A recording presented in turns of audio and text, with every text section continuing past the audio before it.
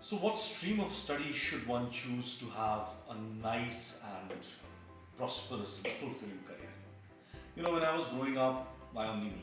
Even when my dad was growing up, probably. If you were a bright student, you took sciences. If you were not so bright, well, you were forced to choose arts. And if you were somebody who came from a business family or were a little business minded, you took commerce. But is it really true that if you've taken a science stream, then you're the best placed?